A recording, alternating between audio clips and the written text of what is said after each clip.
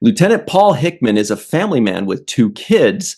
Lieutenant Commander Susanna Lighton almost married Paul Bogro. And Jordi enjoys the bachelor's life a little too much, or so he says. Hello, everybody, and welcome to The Seventh Rule with Sirach Lofton. Hello, hello. My name is Ryan T. Husk, and today we're doing a review of Star Trek The Next Generation, Season 4, Episode 18, Identity Crisis, story by Tim DeHaas, teleplay by the Brannon Braga, directed by Weinrich Colby. This was March 23rd, 1991. Where were you? And we've got a very special guest with us today, everybody. If you can believe it, this special guest is known as a makeup artist and makeup effects supervisor. The world-renowned person. We're stalling because he disappeared for a second. Yeah, the preeminent. How you doing today, Sirach? I'm doing great. I'm excited to talk about this episode. I had a lot of fun with it. And, obviously having the legend Michael Westmore himself here as well as, an honor. Mm-hmm. Because this is one of the best episodes as far as keeping that mystery and suspicion going. I felt like we're reaching a point on this show, at least in this segment of the fourth season, where we've gotten a lot of horror. It seems like this show is taking a slight horror twist, and I don't know if that was, relevant to the rise of these horror films and the success of those movies in the box office. The Friday the 13th, those kinds of movies. But it feels like this show, and I want to say the last 3-episode block or thereabouts, we've taken a horror twist where it's like you're watching the episode feeling like, you don't want to watch it alone at night. Let's put it that way. It's like this. Maybe watch it in the daytime, like we're doing. It makes me feel fine. But I'm not into being scared too much, so scary movies and horror films are not my cup of tea. But it is in the tradition, in the line of the kind of mystery that we used to feel with the original Star Trek series for me. That's one of the things I felt. Yeah, you know what else makes me feel fine? Summer breeze. So I think you too. So everybody, we are waiting on Mr. Michael Westmore. He's got some technical difficulties, but he'll be joining us in just a second here. Obviously, you know who he is. Multiple time award winner, and he's basically a legend in this industry, and he's a legend, world renowned. Oh, there he is, Mr. Michael Westmore. Good. How are you today, sir? Good, thank you. We've got a lot of wind right now in LA and the San Fernando Valley, so I think that might be affecting our Wi-Fi. If you wanted to get me on the phone too, it's okay. Okay. But this is working right now. So, okay. First of all, just thank you so much for hanging out with us, Michael, because you always are so gracious with your time, and we really appreciate you and value your time. So, Michael, when they first gave you the script, do they give you notes on what they want it to look like, or do they just kind of say, make whatever you like, we trust you?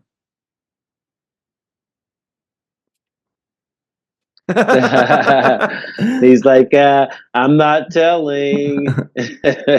Oh, what a bummer. Hey, everybody. Well, we ran into some technical difficulties, so I don't know if Michael Westmore will be able to join in. Again, it's very, very windy in LA, so it's kind of messing with people's Wi-Fi for the last couple days. Anyway, Michael Westmore did a phenomenal job, Sirach, right? Yes, he did.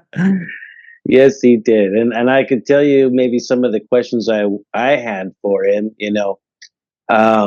for example, I wanted to know what that mask and that outfit behind you was made out of.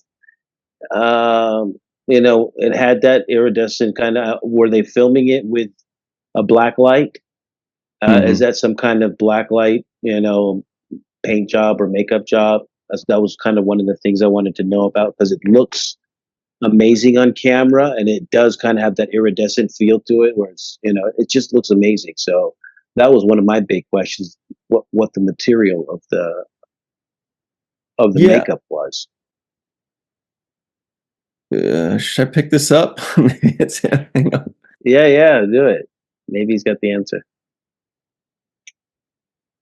All right, so we spoke with Mr. Michael Westmore, and he gave us all the information we needed over the phone. Apparently, the technology just doesn't work sometimes. We apologize for that. But basically, in a nutshell, 6 hours was how long LeVar Burton was in the makeup chair. Wow. 6 hours. And, Sirach, you and I were wondering if that was, like black light, if they painted him with black light. Yeah. And yeah, he said that the paint that they used was like black light paint that would glow. And also the contact lenses were made, contact lenses that would glow when you put drops on them. So they would put these contact lenses in, add some drops, and then they were like yellow contact lenses. And when you add the drops, those would make them glow. I don't know how that works. And if he were here, he could probably explain it, but that's what he said. Pretty amazing, right?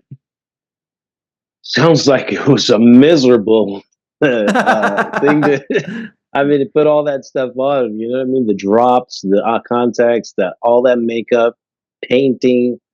I mean, geez, 6 hours.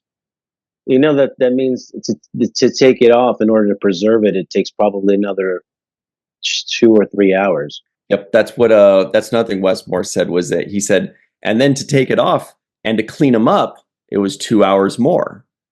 So LeVar Burton, that's an 8-hour day, just all makeup. 8-hour day, full day worth of work, just getting in and out of that thing. Oh, an 8-hour day bookending your work day. That could be 8, 10, 12 hours. Exactly. I know he does not look fondly upon this episode. LeVar Burton must really LeVar must have hated, but he got an episode centered around his character that wasn't weird or super creepy. It actually made him look like a normal guy for the first time in a long time. Great relationship, great friendship, yeah.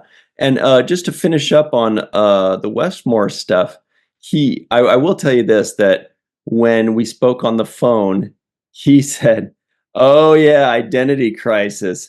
Oh yeah, I remember." So I don't want to speak on his behalf, but he seemed to be remembering like, "Oh boy, that was quite a task." I don't remember exactly how he said it, but this would have been great to show him. We actually have everybody, Jordi LaForge, ready to join us. It's LeVar Burton, everybody. Please welcome LeVar Burton. Here oh, wow. I have the actual, for those of you listening, I've got the actual action figure of this character. Yeah. Did Michael Westmore happen to name the species of this thing? Did he happen to know what it was? Or he kept calling them, and we didn't get a chance to find out why, but he was calling them the DJs. No way. He said it like 3 times. He said, "Oh yeah, and then the DJs, we did this, and with the DJs." I'm like, I wonder what the DJs means, and we'll never know what the DJs were. We could ask him later, but yeah, the DJs. He said those other people, the DJs, were just like full body suits, so that was quick in and out, right? But we could obviously tell which parts were like makeup heavy and which parts were bodysuit shoots. Yeah. I wanted to congratulate him. Unfortunately, we didn't get a chance to, do the full interview as normal, but I really wanted to congratulate him on the makeup. The believability level was high for me. It did not look like it was dated or like something like, oh, that's old school. It doesn't even look like it works today. Like when you see the original Gorn from the Star Trek, the original series, and you're like, not so, scary looking, perhaps. Not too scary, no. But this makeup was scary looking. It gave me creepy vibes. Like, what if this were to happen to somebody? And this is, because it made you kind of visualize this character who starts off, such a beautiful person. The Jordi's friend here, Commander Susanna Lighton.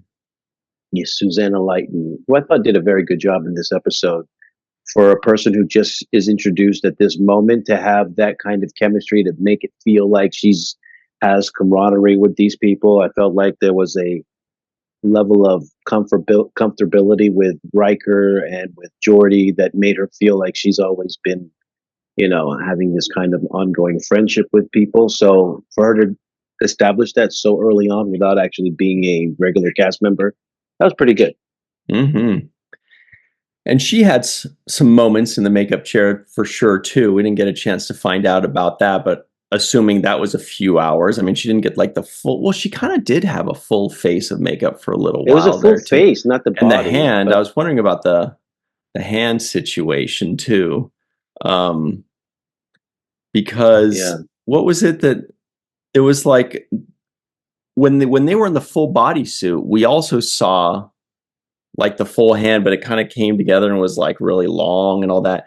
And I was hoping to find out from Westmore if that's more wardrobe when it's like a full bodysuit, if that's still, I think it's still makeup effects, but it looked like it wasn't just like gloves. It was like kind of full, there was like filler in there to make it look knobby and long. And I'm just curious about what's in there, what that process is, because even that stuff, you have to custom make a glove that can fit like that, and that can go long and has like weird nails and all that. But it had like a gelatin type feel to it, right? In between, like the way it was molded into one kind of nub or something. It felt like some gelatin action there. It made me think of a Jamja stick. So you wanted to lick those alien fingers? No, I have already licked them. They were Jamja sticks. They made out of the same material, probably. Gotcha. But very good job. And actually, that captain, the commander that we were talking about, that full facial makeup that she was in at one point, that was pretty detailed too. Like it looked. It was one of those moments where I had to pause it and draw it. I like the over accentuated upper kind of lip where it was like a huge, bigger piece on there. The nose ridge kind of looking reptilian to some degree. I felt like this felt like a transformation into some kind of reptile. And I'm sure that if we had a chance to ask Michael Westmore about it, he would have mentioned probably some reptilian inspiration behind. I felt like lizard reptile kind of vibe, because you have those lizards that are able to change color. Chameleons. Some of them, and some of them are iridescent, I think, to some degree. So this is fun. Just to back up with what Mr. Michael Westmore said, I want to look up what it says online, because this is all things that he's must have said in the past. So just to close out the makeup talk, here are some of the points. One, it took 4 makeup artists 6 hours to apply the full Tarchanin 3 species makeup to LeVar Burton. According to Michael Westmore, it was the longest makeup ever done on The Next Generation. So it sounded like it. 6 hours sounds like the longest, but that's confirmed. 6 hours, and it was 4 makeup artists. Unbelievable. Then on top of that, it says the Westmore made makeup and prosthetics were so intricate that LeVar Burton needed a nurse on hand when removing and reapplying for bathroom stops.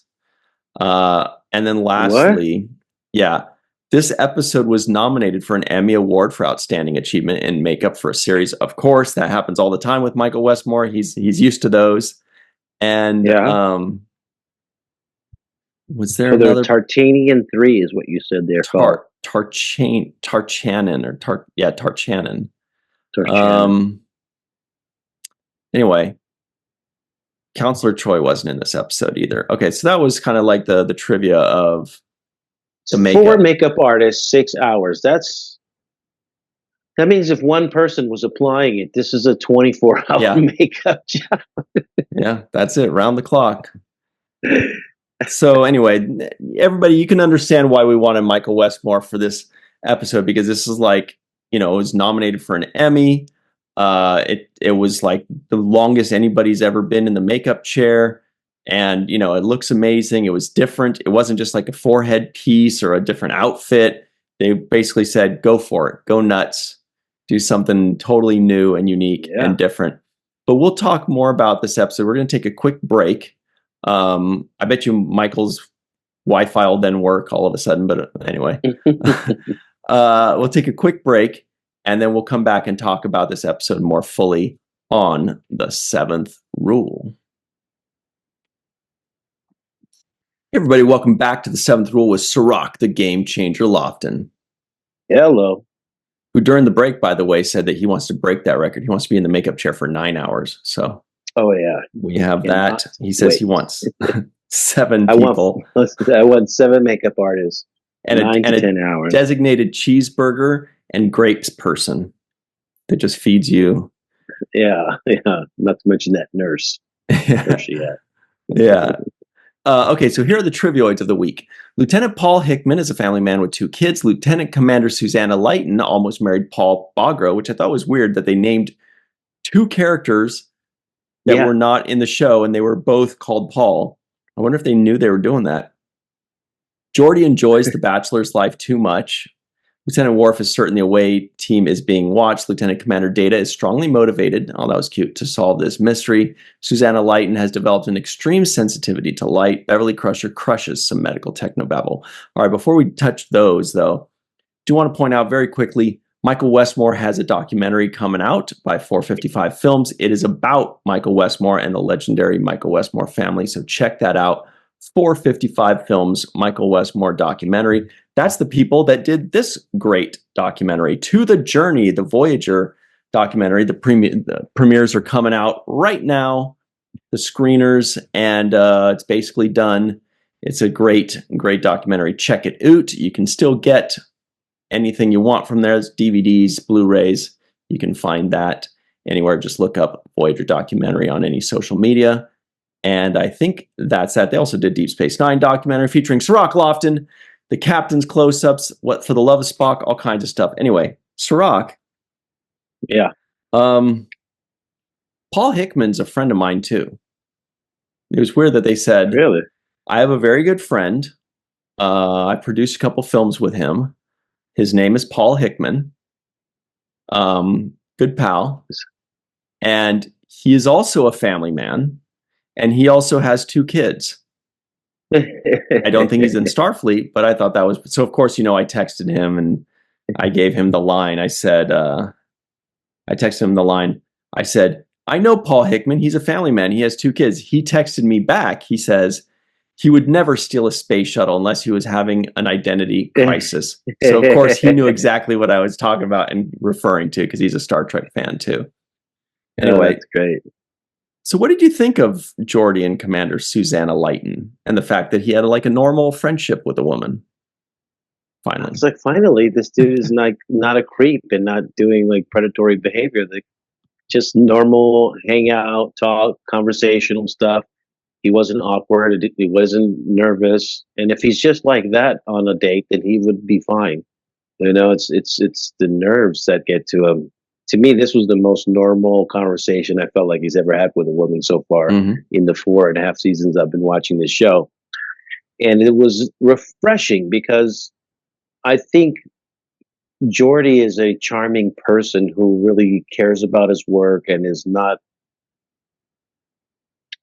as creepy as he has been perceived to be or written to be in this episode. He's like a good guy, yeah. He's a kind of a blue collar guy. He doesn't skip any steps. He's all about, he's the only guy that can check data on informational stuff. Nobody else can check data. Everybody else says they bow down to data. They're like, okay, sounds good, away? Data. Okay. Yeah, that's good with me. Whatever you say. Data comes exactly. And Data comes in. He's like, have you tried this? He's Data. I've tried this. I did the UV spectrum. I did the infrared magnum. I did the electron scan. I did the bro. Who do you think you're talking to, man? Yeah, exactly. And Data has no comeback for that. He's like, well, okay, well, you did try everything that I would have suggested. So You have nothing else. Like Data, a computer has nothing more to say. Well, but you didn't try this, right? He was like, all the answers, all the bases covered. So that's Jordi. He's smarter than a computer, right? And that's just his natural love and passion for the thing. Yeah, You know, he's friendly, he's thoughtful, he seems yeah, caring, he seems wise and mature. Like, it's just yeah, funny that, they needed yeah, this storyline and they're like, oh, we'll use it with Jordi. We need a character that's kind of like this. But then the problem is that the way LeVar Burton plays this character doesn't really feel like what they're writing for the character. Like, we've already kind of, like, sure, our minds can connect it. We can if we want, but it's not like an automatic feel like we go, oh yeah, that tracks. That sounds like something Jordi. You know what I mean? Like, from what we know about Jordi, he seems like a good guy. Maybe he'd be a little awkward around women. Sure, we could see that. That happens to a lot of people, but it's almost like the way LeVar comes off versus the way they try to write these yes, specific, just these specific parts of certain episodes. Not everything else works. So he leaned into all the other stuff and nails it. And then they write this other kind of thing, and it kind of feels like it contrasts a little bit with how we feel LeVar plays Jordi. But yeah. either way, it's still funny. Well, to me, the way I would have played him in a relationship wise, if I was going to write for him, I would have wrote that there was somebody in engineering who also was attracted to him, who was an attractive person attracted to him, but he was so nerdy and focused on the ship's engines and stuff that he doesn't even pick up on those signals that she's flirting with him. That would make more sense to me. The kind of guy that Jordi is. Jordi would be like, "Pass me the compressor nebulizer or whatever the hell it is, right?" And she's trying to look flirty, and he totally doesn't get it because he's like in love with the engine, right, or in love with Yeah. She's like, the oh, you ships. like to compress things, huh? Oh, you like nebulizers. He's like, yeah, that's what I said. Can you pass it, please? Exactly. Oh, you like to pass things, huh? What? Never. Exactly. That would have played better for me in like relationship wise. He just seems Yeah. like a nerd who loves ships, right? Or loves the ship and its engine and the engineering of it. So, and that's okay. But the whole like the way they've played him kind of an almost creep level kind of borderline, herb a little bit. It was not really working well for me. This relationship felt real. Somebody who truly cares about somebody. The way he had the concern for her. I thought the scene where he visits her in the hospital when she's starting to undergo this transformation, instead of being repulsed by the look that she has, he still leaned in on her, grabbed her by the hand. He wasn't afraid to touch her, for example. There was little moments like that to me, I thought, showed his compassion and sensitivity as a human being for his friend that he talks with all the time. So he grabbed her by the head and said, it's going to be all right. I'm going to try to figure this out. But just little moments like that shows me his character. I'm looking at the picture of the actor that played Paul Hickman, and he doesn't look that far from my friend Paul Hickman, too. Actually, he kind of looks like him. This is so weird. Anyway, also, I wanted to point out the reason I was looking at the characters was we got another Nurse Ogawa episode. Suddenly, we finally have a second doctor, a nurse, but a second person in sickbay that's there for more than one episode. We finally have somebody, and it's like this nice, comforting feeling of knowing like that there's like a second person in there that we know and we recognize. It's not just always somebody that just walks around like hands or something. And like it's got to feel like kind of like a lonely role for Gates McFadden. If like all of her scenes are just her talking to a bunch of featured extras, and then Picard walks in and she explains it to him. But what if she actually has somebody that's always kind of the same person that has lines, that can run some lines back and forth with her every once in a while? Suddenly, it kind of opens it up and it feels like such a better role all around, wouldn't you think? Yeah, like I said, anytime they introduce the whole depth of the people that are on that ship, there's 1,000 people on that ship, right? There's over 1,000 people. Yes.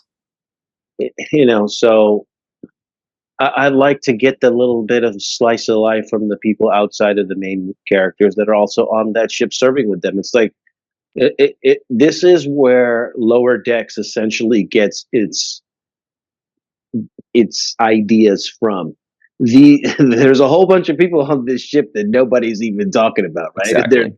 They're just background people, right? They're like, yo, they're the night shift, or the guys that are just doing doing the jobs that no one else wants to do. But show us a slice of that too, as well. And I thought that this Commander Layton character worked well. I liked her character. Actually, I thought she was going to die off in this episode. Surprisingly, I was like, "Wow, this red shirt didn't die," and and perhaps would even be brought back later on. I could see this character easily being a future possible love interest for Jordi. By the way, when you said night shift, of course, we all thought of the Commodore's hit song on the night shift. Night shift. All right. So another character that I want to talk about was Ensign Graham. We got another Ensign Helm of the week, right? Ensign Graham, played by a Norwegian actress, Mona Groot. And guess how many episodes she's in? One. you know Next Generation so well. Yeah. It's either one or it's two. That's it. That's the entirety of it. So we never see her ever again. It's like they just have every 2 weeks or every week they have the helmsman of the week. Yeah. And that person's gone. And it would be so great if they just, but again, they can't just have the same person there all the time because they're basically featured extras. And those people are busy. They're working. They're not going to be on retainer for 6 months for, an $80 gig. Right. We also had a Dennis Madalone sighting. That was the other one. Yes, sir. Of course. He took a hit from Jordi. Yes, he did. For an invisible Jordi. I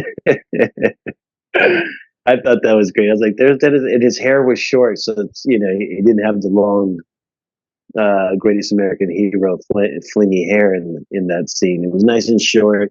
He took a nice little stomach bump, and sold it very well. So I thought that was great too, to see Dennis Madalone, danger. Totally. I always love seeing it, but I always have to pause it because I only met the guy a couple years ago. So I always have to pause it and go, wait a minute, is that? Yep, that's him, because I've only seen him 30 years after this, but that's the guy. We recognize that fellow anywhere. He's always there. Yeah. So what did you think of, there was no Troy. What I really liked though was Crusher. Gates McFadden did really well with the technobabble. She had medical technobabble, which is just as hard as Starship technobabble, and she knocked it right out. She just blurted the stuff out as if she knew what the hell that meant, and I thought that was really impressive. Yeah, it was so impressive that it made me look up some of the words because I was like, is she really saying stuff, or is this, one of the things she said, the skin has a mimetic ability or something about a mimetic. And I was like, what the hell's mimetic? So relating to or constituting an element of a culture or system of behavior that is passed from one individual to another. So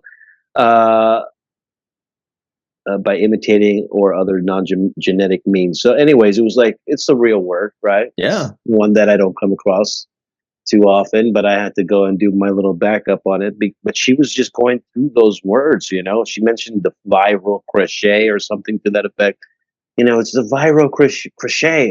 I'm just thinking, crochet? Like, we crocheted some viral stuff? I think that means I think it was creche, which is I know the word in French, crèche, is like a baby's, what are those cribs or what they sleep in, or whatever like that. So maybe that's what it meant. Like it's a place where the thing develops and grows.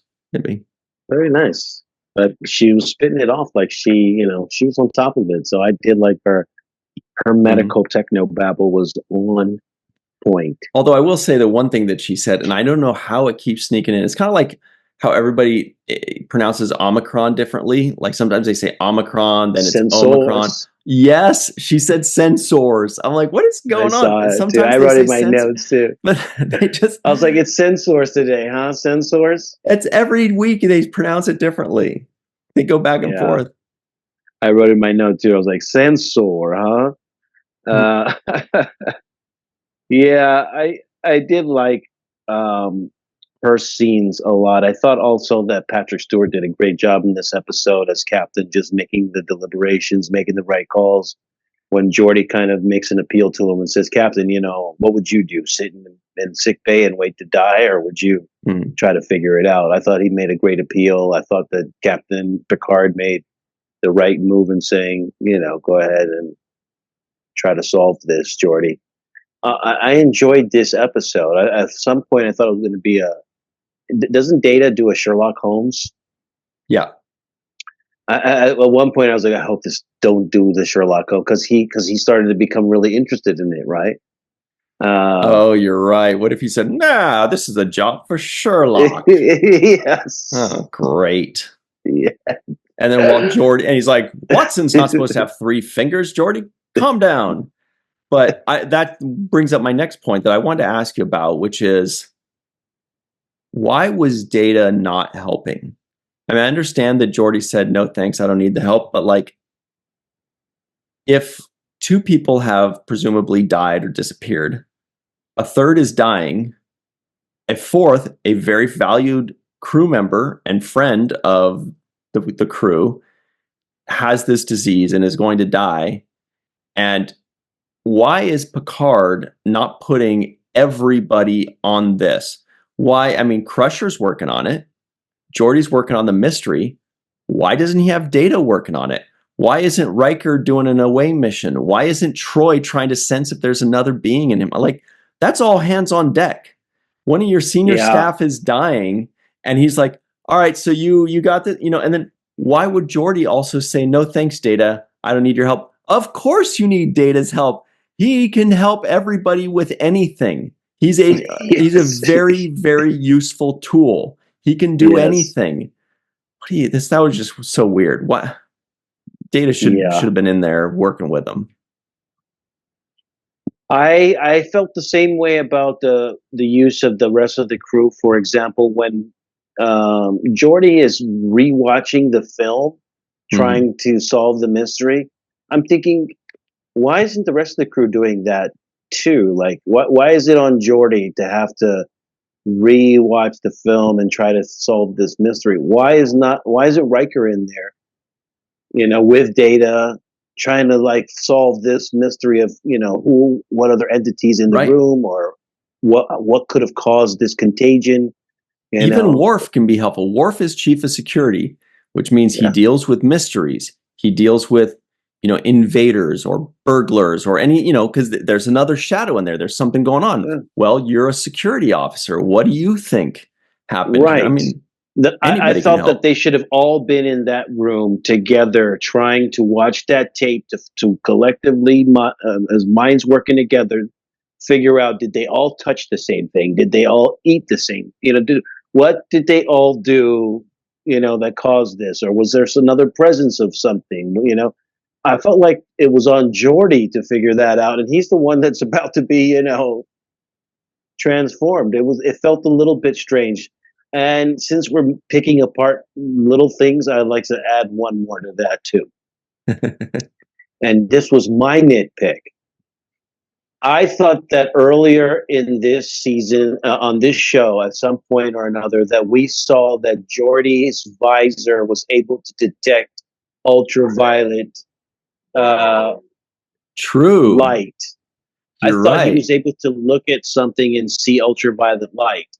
And all of a sudden, when he was on that away mission looking on the planet, he would have been able to see the ultraviolet, these individuals that are basically invisible, except for the ultraviolet spectrum. I thought that Jordi's visor would be able to see that.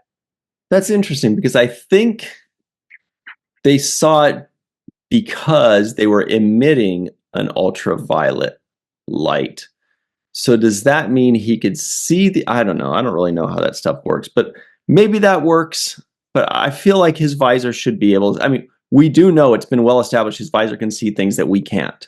So that would have been another wrinkle in this story. That would actually made it better if he says, I thought I saw something on the planet, but then it was gone. It's, my visor. And then that could be part of the solution where they say, well, maybe the reason your visor saw it, well, let's look at the 7 things that your visor can see that we can't see, and then start kind of narrowing it down that way. That would have been a really fun way to do it, is, using his visor.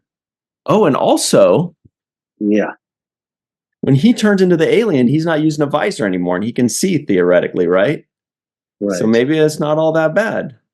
Maybe it's like, hey, they should have covered that. He should have said, bro, I could see for the first time ever.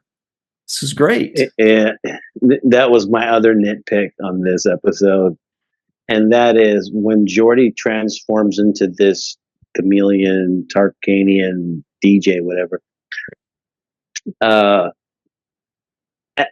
This Commander Lighton walks up to this alien and says, "Jordi, it's me. It's Susie. It's Suzanne. I understand what you're going through, and don't worry, and just come with me, and it'll be all right." And I'm thinking, does this thing speak English? And also, this is an alien. This is a completely different life form. Right? You're talking to it in. They're pretty good friends, but he's also pretty good friends with Riker and Worf too. He's been working with them, so I mean, she shouldn't be like, step aside, boys. I'll take care of this. And they'll be like, wait, he knew you for 2 weeks back in the day? That's cute. But anyway, I don't know. And even her reasoning, I'm the only one that can find him. And I'm like, why? Because you can see in the dark or something? What did you, are your instincts would know where they are because you were one of them for a second? I didn't, the logic behind why you would be the one to find them wasn't explained, Yeah, they're just trying to make. Are your eyes still adjusted to that, or do you still have the retinal and able to see like they can see? Something. Give me some science behind why you are the only one that can find them.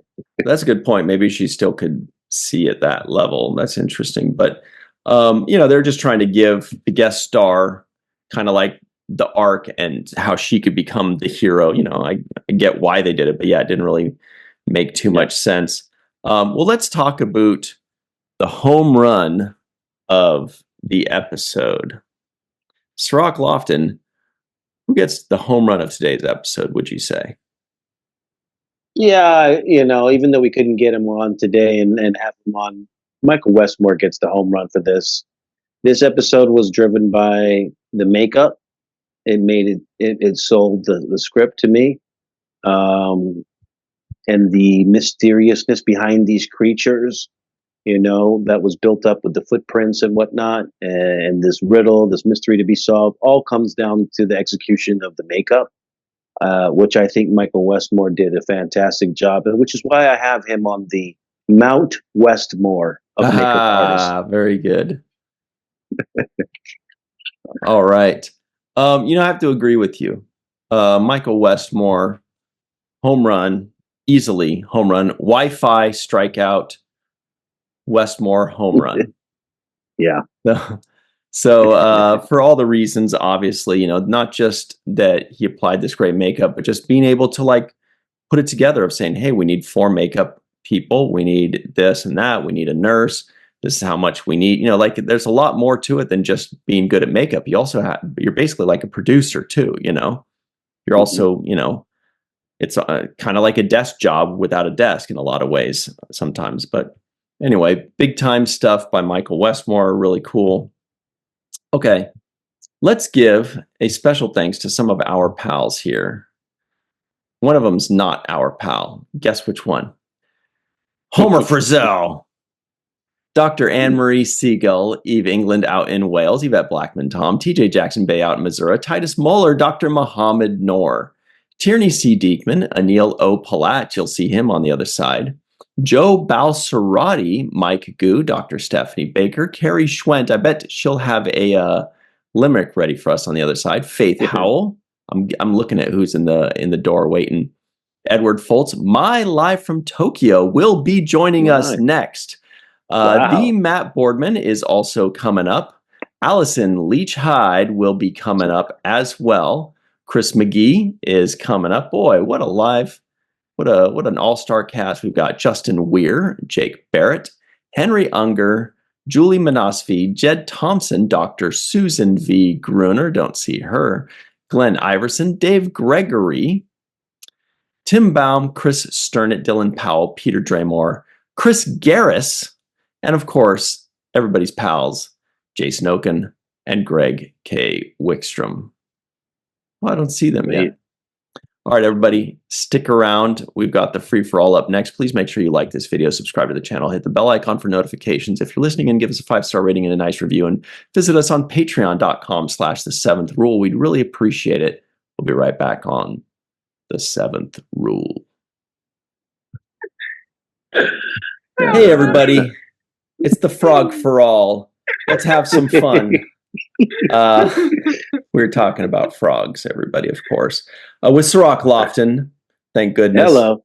Look who's joining us. It's Melissa Longo and her band of shirt wearers, like Carrie Schwent, Chris McGee, Anil O. Palat, the Matt Boardman.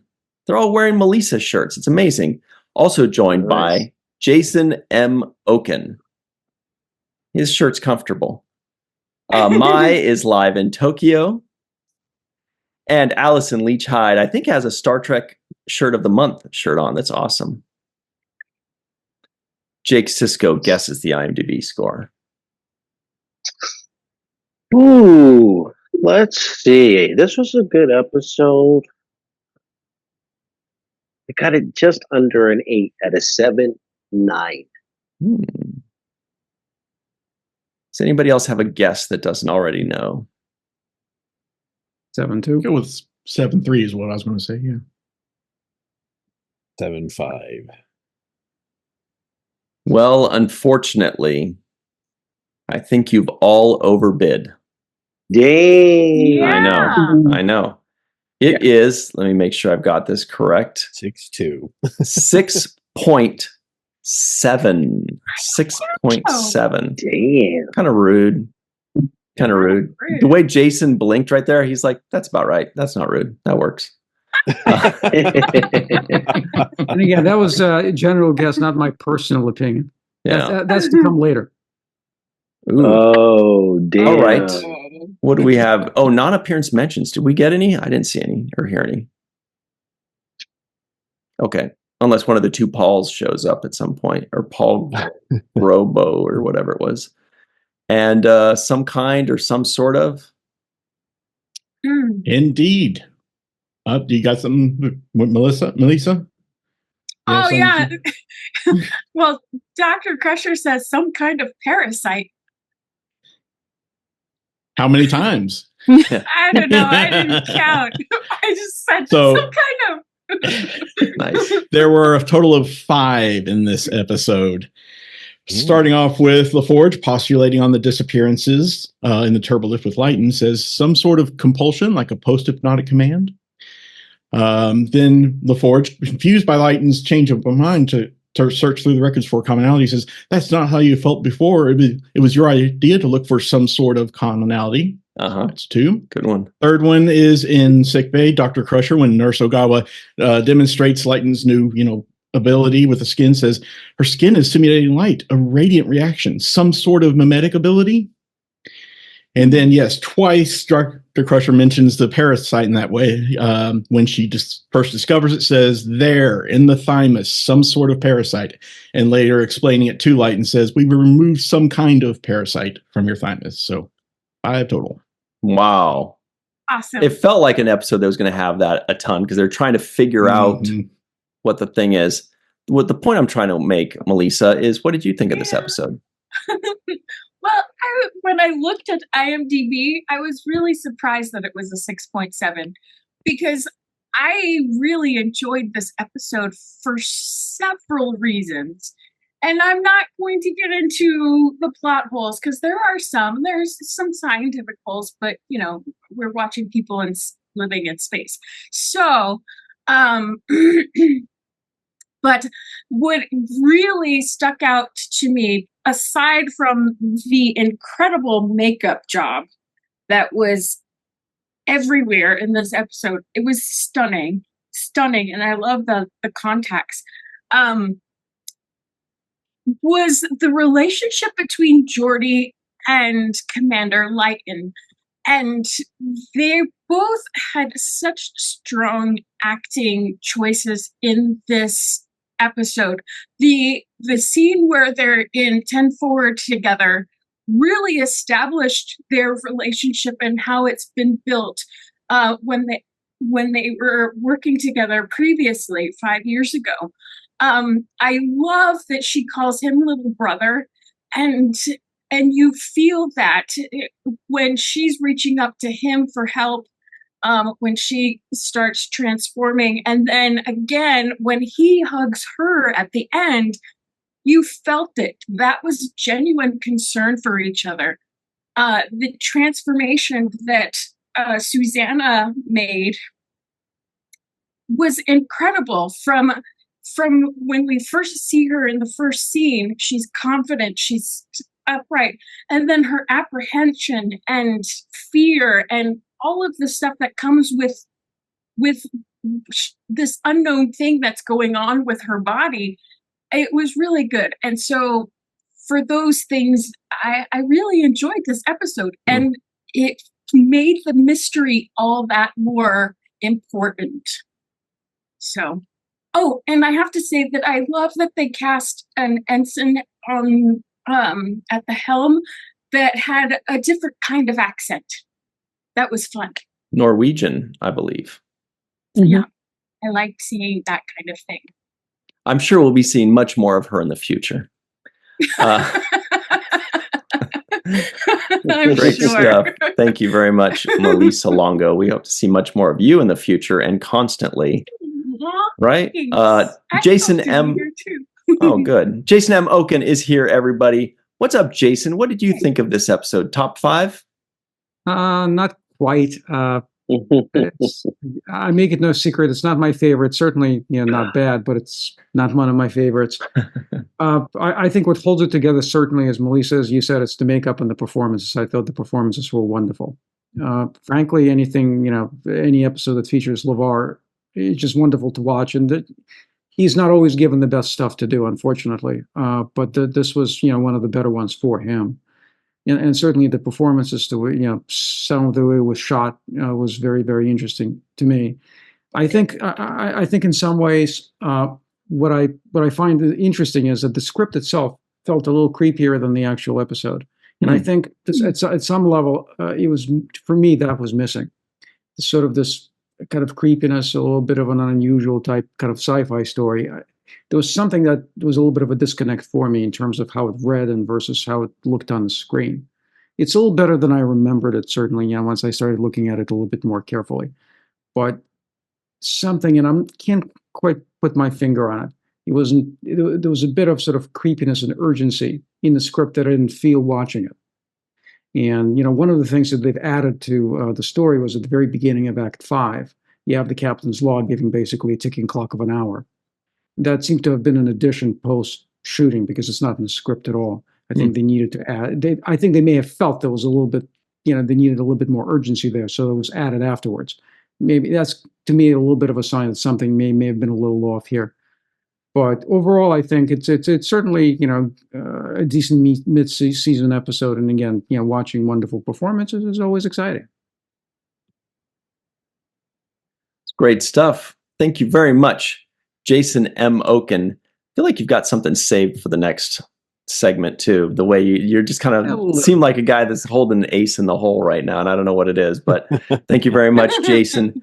Anil O. Palat is calling us from Georgia, the country or the state. Who knows? I don't even know if that's true, but what do you think of this episode? It's funny you said that, Jason, because I agree. Do you ever see like a cat and it just doesn't like another cat? Or like you see a person somewhere and you're like, I don't like that person. And you don't know why. That's kind of how I feel about this episode. Like it has all the things, like it looks great. It's got lots of Jordi. I love Jordi. Like it's got a good sci-fi concept, but there's just something missing. And I think it's what you said is I don't like it. I guess it leaves me not feeling something. Like it's not scary enough. It's not maybe strange or weird enough. You know what I mean? You kind of know where the plot is going. Like we're going to get Jordi back. Everything's going to reset. So it's kind of missing something between all those elements. That's kind of how I feel about it. But I think it looks great. And I love the holodeck scenes where they're using it like as an investigation tool. I think that's really great. We don't see a lot of that on Star Trek in general, but I think probably my headcanon is they would be using it all the time because it makes recreating like a crime scene or an accident or anything they need to investigate so super simple. Like they would be using it all the time. So yeah, so I don't know. It has everything, but it's missing something for me. Yeah. Makes sense to me, Anil. For many, many years, I did not like this episode. We didn't even have a chance to get into that at the beginning. But yeah, I don't know why. I just never liked it. I haven't seen it in like 20 years or 30 years. And then when we were coming up on this, I was like, oh yeah, that episode I don't like. I was like, oh, it's not so bad. but that was the impression I had when I remembered it, and I don't know why. Mai is live in Tokyo, but we do like her. What do you think of this one? For me, the hint about what the episode was about came right at the end when the last vestiges of Jordi's humanity allowed him to be pulled back. Because to me, I think back about what was happening in this show, and just to give a bit of background, I think like when I was in junior high school, there were the Moonies who were trying to recruit people, and their parents were trying to recruit them back and kidnap them back and reprogram them. Patty Hearst kidnapping. High school, we had the People's Temple massacre with 1,000 people dying drinking the Kool-Aid. In college, I remember walking around campus and seeing the stand set up by the Hare Krishnas, and I would go over there and I'd hang out and eat their sweets, and they gave me a copy of the Bhagavad Gita to read, and I was like, cool, that's all right. I had dinner up at their temple one time. Like, you can stay and chant if you want. I'm like, nah, I'll just stick for the vegetarian dinner, which was awesome and free, and in college that meant a lot to me. Other things that can get us roped in, drugs are a big one. Even love gets you roped in a lot of ways. I found this episode to be a metaphor, really, in its entirety. Taken its entirety, not taken as the neon varicose veins or the other makeup. The whole thing was a metaphor for giving up common sense or for giving up our autonomy. No longer acting based on a fact-based reality sort of thing. People have given this up for beliefs. Look at the millennia of people killing each other because of their beliefs in an afterlife or for addictions or for emotions. I think the episode was in certain ways maybe a word of caution, a reminder that we need to stay vigilant and true. So I found it a very thought-provoking episode, actually. Neon varicose veins. Perfect. Thank you very much, Mai, live in Tokyo. Chris McGee, what is up? What do you think of this one?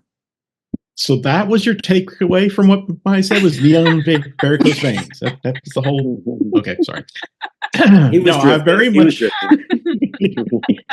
I very much enjoy this episode. Perhaps not one of my favorites, but definitely up there pretty close.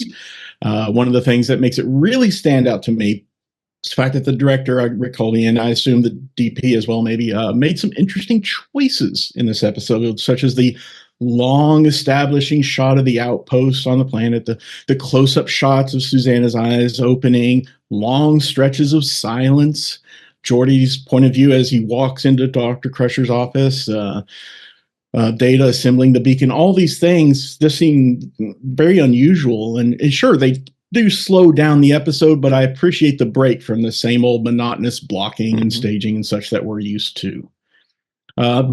List of things that I appreciate in the episode. Appreciate that unusual opening, cold open, with the recording of an old away mission instead of an Enterprise flyby with the captain's log that we're used to. I also like that they were consistent with the timeline in terms of the uniforms, reusing the ones from seasons 1 and 2 for the mission log footage. As Melissa had pointed out, Jordi caring for Susanna, especially as she begins showing those early signs of her transformation, is another example of why Jordi's my favorite character. I love Beverly clearing her throat to get Data to admit the truth about fearing for his friend in the best way he can. And I love watching Jordi, as Neil had mentioned, investigate the mystery by working with the computer and having conversations with it, especially on the holodeck. I don't know why, I just enjoyed seeing that. In terms of the effects, the effect that really blew me away was the shadow on the wall on the holodeck with seemingly nothing casting that shadow. I think that was, personally, expertly done, and I'd love to know the tricks involved in making that happen back in 1991. One nitpick I'll bring up here is that at the end, when Picard says he's going to place beacons in orbit and on the planet to warn people away, wouldn't those beacons be kind of tantamount to a form of genocide? I mean, there's probably a better word for it, since if the creatures can't reproduce because there are no new hosts, then they would eventually die out, wouldn't they? Not sure. But for the memorable quotes, very short one this time. It's one that I quote often when I get frustrated with my PC, and that's LaForge saying multiple times in this episode, "All right, computer." Hello, computer. Yeah, good point. You're like sterilizing a species, basically. As Carrie calls it, extinction. Cool. Good stuff. Thank you very much, Chris McGee. Carrie Schwent, a.k.a. Crafty Bear, is here.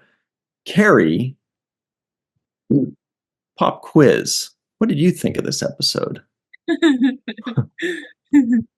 I like it more this time than I have before, which I'll get to in a moment. But yeah, the makeup work is fantastic. LeVar is a trooper and a half. The makeup took 6 hours and 4 different people to apply it to him, and somebody had to follow him around whenever he needed to, use the little commander's room.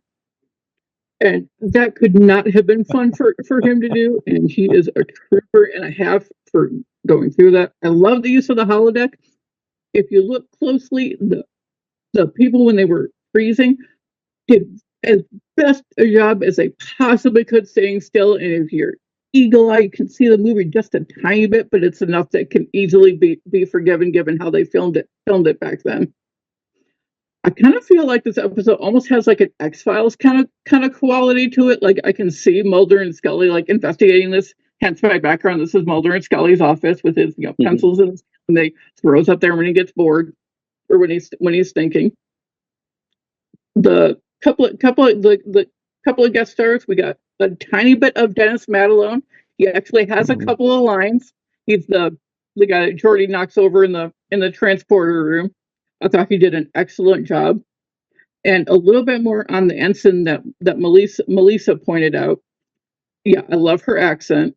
Also love her accent. And she was the reigning Miss Universe at the time when she filmed this episode. And I checked her IMDb. She only has four acting credits total on her IMDb, and this episode is one of them. I thought she did great. Yeah. I thought she was very cool, and apparently 2 of the Tarkanans in like the full makeup were local LA DJs named Mark and Brian, who I've never heard of them. There's our answer, Sirach. Yes, the DJ. DJs, and apparently on the call sheet they had time set aside for them to do interviews with the various cast members. I found that on Memory Alpha. I thought that was very, very cool. Now, we all probably, anybody who is here and who has maybe seen it, remembers how intensely I reacted to Galaxy's Child and how Jordi was.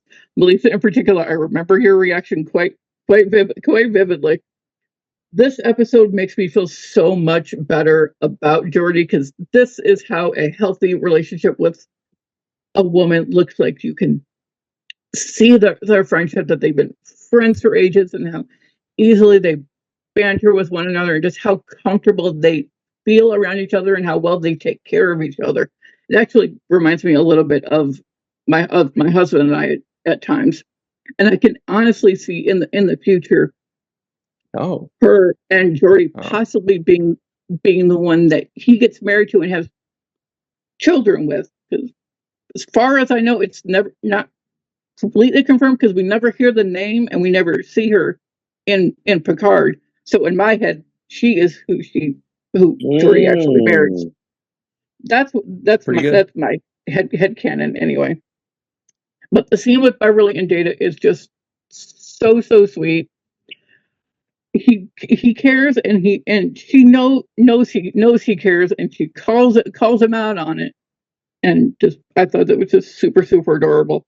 And Beverly, and slight side note, Beverly and Nurse Orgawa totally coming in clutch, figuring out how to save Susanna, with her figuring out the light thing, and Beverly they're doing their detective work, finding the little parasite in the thalamus. I will get to my limerick in a moment, because it was inspired by Data. I was going to save the question that Chris brought up for things left unsaid. I completely 100% agree about Picard and the warning movies, not knowing anymore about how they procreate. Are there any creatures on the planet that they could use maybe to adapt to that potentially? Sadly, we will never know. But for the limerick, Data has some feelings. I have concerns about my best friend. If I fail, is this where his story ends? I have great motivation to stay here at this station and see that his health is well on the mend. Thanks very much, Carrie Schwent. Go ahead. Sorry. When Data goes to check on Jordi in engineering, he should have stayed with him. He could have helped. He could have helped him out in the holodeck. And the easiest way to find Jordi in the holodeck after he went all invisible: turn the holodeck program off, because then Jordi would be the only one left there. You wouldn't have to search all the terrain. Just shut the holodeck program down. Good point. Yep. Good stuff. Thank you very much, Carrie Schwent. And you answered a question Sirach and I had. Michael Westmore kept calling those aliens the DJs. And we didn't know why he was calling them that. And, he had the technical difficulties, so we didn't get a chance to ask him that. But now you answered that question. You said their names were Mark and Brian. They were actually local DJs. Get it now. All right. Thanks very much. Allison Leach Hyde loves her clothing from Garrick's Clothiers. What did you think of this episode, Allison? I have always liked this episode because it is a Jordi episode, and he does a great job as always. And it was wonderful to see him have a true friendship with somebody from his past, happens to be female. We gave the overused plot device of him having bad romances a rest, which is great. I very much appreciate that. I think the actress who played Suzanne Lighton was quite lovely. I'm not sure about her hairstyle, but she was quite lovely. And I like the mystery. I missed Troy in this episode. I do think she would have been useful in this episode, because, Jordi is going through something where friends, colleagues from the past are literally doing stuff exceedingly out of the ordinary and disappearing. Like that's a lot. And she could help with the mystery of why they're doing that before we get to this whole medical thing. She could have at least helped in the beginning. My favorite scene, though, is still going to be Data and Crusher. That is so sweet. And I thought Crusher was great in this episode, too. So I'm pretty much going to be echoing what everyone said, because those are all the great points. And the makeup and lighting in this are fabulous and should have won the Emmy, not just got the nomination. I think that's where I'll go. Excellent. Thank you very much. Allison Leach Hyde calling in from a fair. That's cool. The Matt Boardman doesn't know what a fair is because he said it sounds very non-marital. What did you think of this episode? So extra. This episode, it's interesting because in the history of my watching Next Gen, I always remember this. There's like certain episodes that are like kind of like a black hole, like a void, because they're not as talked about or they weren't shown as often, when it was in syndication or whatever. And I don't know why this episode always has that anomalous feeling to me when I watch it, but it does. I remember the first time that I watched it, I was at my friend's and we were in his basement watching it. And the beginning always kind of gave me some like Aliens vibe with the outpost there. I don't know why, but it always felt like, this is something that could fit within like the Aliens universe of stories, right? But yeah, I don't like Ryan said, like Jason and and Anil, it's just there's a lot of good pieces to this episode, but for some reason when I think about it, I always kind of have a negative connotation to it. But when you watch it, you're like, oh yeah, it's actually not that bad. Because there's a lot of really good stuff. Like, everybody's touched on a lot of really good things. And I think it's great. The relationship between Jordi and Susanna reminds me of the relationship that I have with one of my managers from a store that I worked at, 22 years ago now at this point. About 22 years ago. And I mean, to this day, she and I still our thing was to work Christmas Eve and we still send each other, Merry Christmas. I remember that time we were, and she always called me the little brother she never wished she had. Right. So,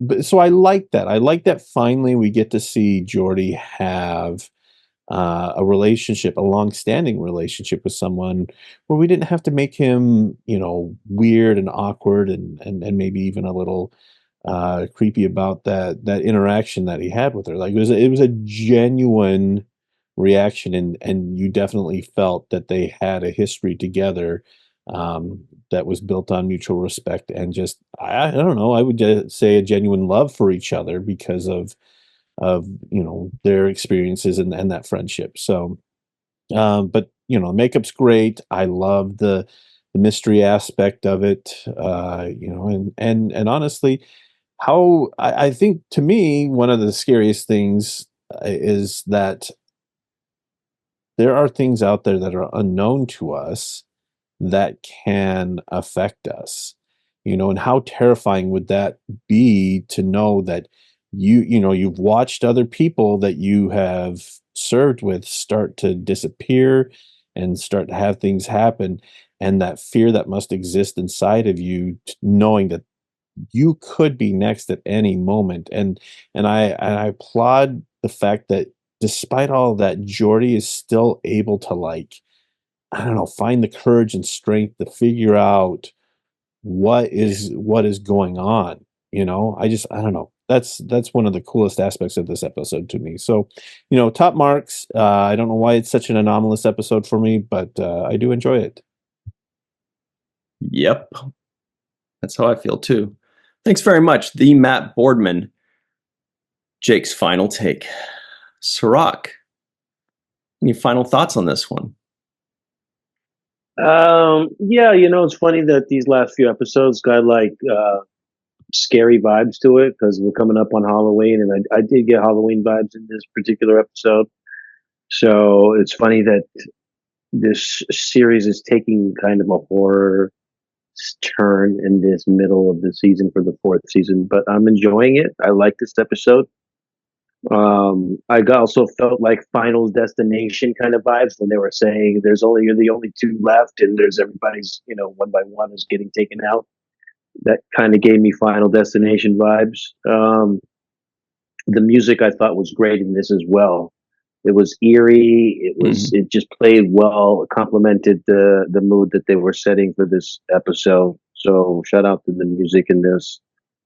And then I guess I wanted one line in this episode where Data and Crusher are having that scene between each other, and he says, "I'm an android," and then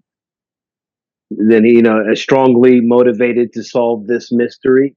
I wanted Dr. Crusher to say, "No shit, Sherlock," because he plays Sherlock Holmes all the times. I thought it would have been a nice little moment right there. But yeah, no, I thought this episode was great. It was enough of a mystery. The makeup just was off the chain. I like the unusual opening for it with the playback on, the away mission, just little touches like that. And also thought that Rick Colby as director did a good job of kind of showing me this set in another new way. I'm very surprised at how I can be watching this show so many years now and still get a feel that I'm in a new space or seeing a new angle all these years later. So I thought he did a great job of giving me some kind of newness to it with the holodeck scene and with the away mission sequences. So yeah, I didn't know what to expect, but I did enjoy it. Nice. Well, everybody, that's it for us, if you can believe that. It's been a fun time, kind of a mixed bag, it seems, but it seems to be some themes about great makeup, great acting, and everything else is like, hey, it's Star Trek. So thank you to the Matt, Allison, Carrie, Chris, Mai, Anil, Jason, and Melissa, of course, for myself, Sirach Lofton, Melissa Longo, and Aaron Eisenberg. Thank you all for hanging out with us. We really appreciate it. We'll see you next time. And until then, always remember the seventh rule. I was just messing up Mai's timing with the seventh rule.